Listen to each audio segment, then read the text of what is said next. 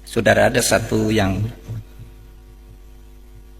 agak menggetarkan juga ketika mungkin sudah banyak yang baca buku ini, sebuah buku kecil ya, judulnya Life After Death, hidup sesudah mati, ditulis oleh Raymond Moody. Raymond Moody ini adalah seorang dokter yang karena pinternya dia dalam bidang kedokteran kemudian dijadikan guru besar di bidang filsafat kedokteran. Nah, ketika dia mengajar ditanya oleh mahasiswanya, Pak Moody, Bapak dokter yang sudah nangani banyak ribuan orang mati, banyak menyelamatkan orang tapi sering juga gagal. Mahasiswanya tanya, Dok, kalau orang mati itu pergi kemana? Kalau orang mati itu pergi kemana? Nah, ini sebagai dosen tertantang, saya dosen. Tidak bilang saya ini gaib, saya harus penelitian. Lalu dia lakukan penelitian. Apa penelitian? Penelitiannya itu 100 orang yang pernah mati diwawancarai oleh dia. Ada orang pernah mati banyak, dia kirim surat ke rumah sakit. Apa tempatmu pernah ada orang mati lalu hidup lagi?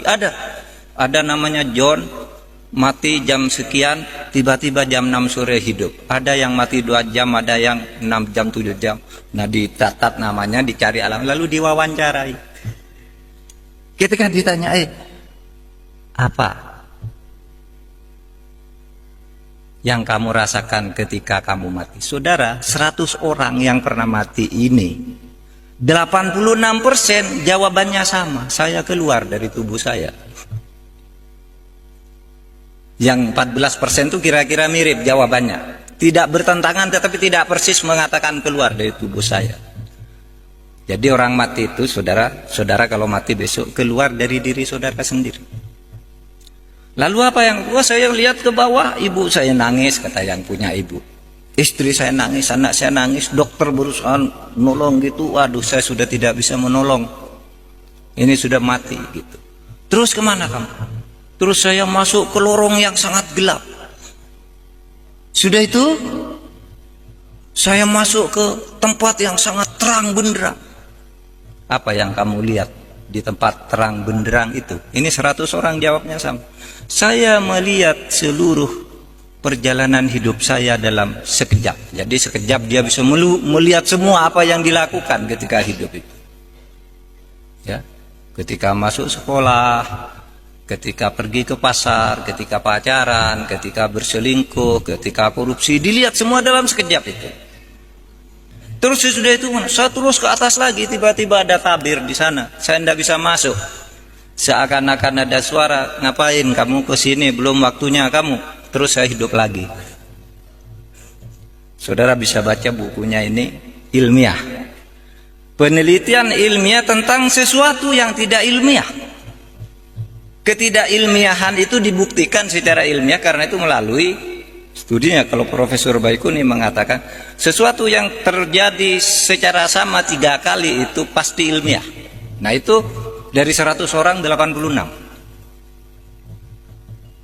Bahkan dikatakan 100% sama, cuma yang 14 itu variasinya tidak persis kalimatnya gitu. Ilmiah. Lalu apa yang terjadi di sini? Nah, saudara, banyak hal menarik di situ.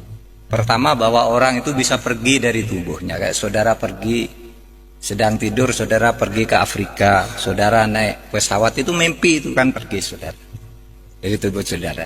Ya, saudara pergi dari tubuh saudara, berkelana ke alam-alam di luar saudara, pergi. Yang kedua, ini yang sangat luar biasa. Apa ada? Ketika manusia itu sampai di suatu saat, di suatu tempat yang terang benderang, manusia itu melihat amalnya sendiri. Sehingga dia tidak bisa mengatakan, saya tidak pernah mencuri. Ada situ, di alam terang itu kamu melihat sendiri. Itulah yang di dalam Al-Quran dikatakan, ma yalfidu an qaulin illa ladaihi raqibun atid. Tidak ada sesuatu pun yang kamu katakan, tidak ada sesuatu pun yang kamu lakukan di muka bumi ini kecuali dicatat dengan teliti dan lengkap oleh malaikat Raqib dan malaikat Atid. Jadi malaikat Raqib dan Atid itu tinggal menunjukkan aja.